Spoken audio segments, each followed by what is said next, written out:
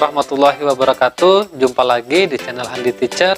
Pada kesempatan kali ini kita akan membahas tentang kurikulum baru, yaitu kurikulum Merdeka.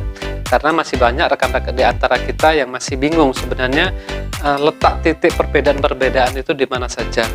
Untuk itu, supaya lebih jelasnya kita akan bahas dulu istilah-istilah yang berbeda di kurikulum Merdeka. Yang pertama, biasa kita mengenal adanya silabus di kurikulum 13, maka di kurikulum Merdeka itu berganti atau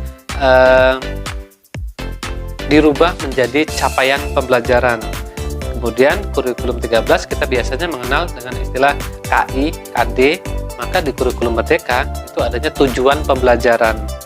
Kemudian RPP, rencana pembelajaran.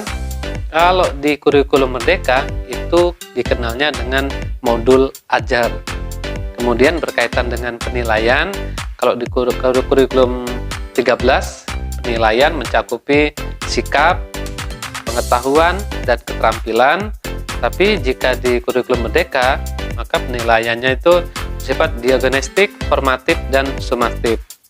Kemudian kalau di kurikulum 13 ada muatan IPA dan muatan pelajaran PS, maka kalau di kurikulum Merdeka muatan pelajaran IPA dan IPS digabung menjadi IPAS.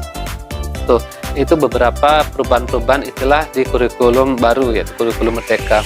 Kemudian sebagai tenaga pendidik, kita tentunya ada sesuatu yang perlu kita siapkan dalam menyambut adanya kurikulum Merdeka.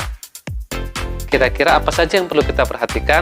Nah, di sini akan kita rangkum ada beberapa poin, ada beberapa item yang tentunya harus kita persiapkan terlebih dahulu untuk menyambut kurikulum Merdeka ini. Yang pertama yang perlu kita siapkan adalah melakukan analisis terhadap capaian pembelajaran. Yang pertama.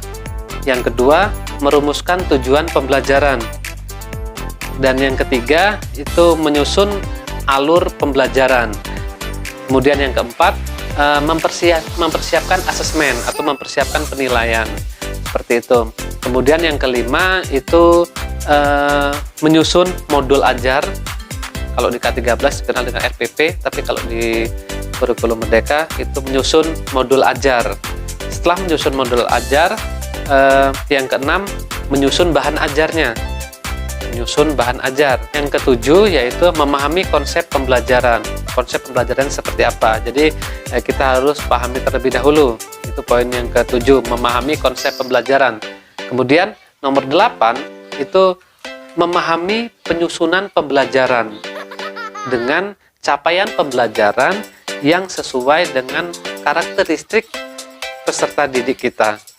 Itu nomor 8, poin nomor 8. Sedangkan selanjutnya poin 9 itu memahami konsep pembelajaran.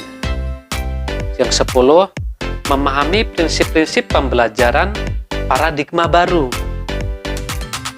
Yang ke-11, memahami berbagai model atau pendekatan yang bervariatif. Tentunya bervariatif ini sesuai dengan karakteristik peserta didik kita. Kemudian poin yang 12 yaitu menerapkan pembelajaran paradigma baru. Yang ke-13 itu tentunya kita berkaitan dengan asesmen atau penilaian.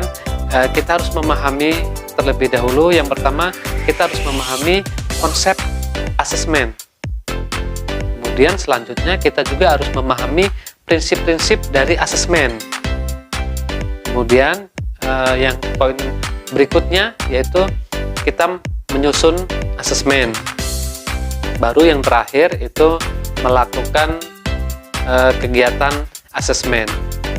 Itulah kurang lebih poin-poin yang perlu kita persiapkan terlebih dahulu untuk menyambut adanya kurikulum baru, yaitu kurikulum Merdeka.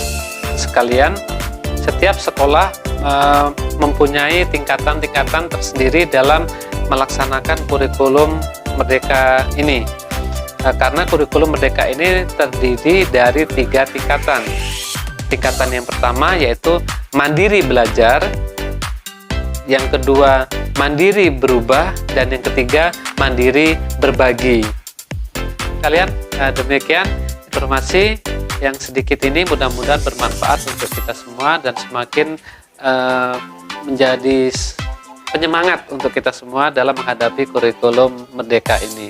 Sekian dari saya, kurang lebihnya saya mohon maaf. Saya akhiri, wassalamualaikum warahmatullahi wabarakatuh.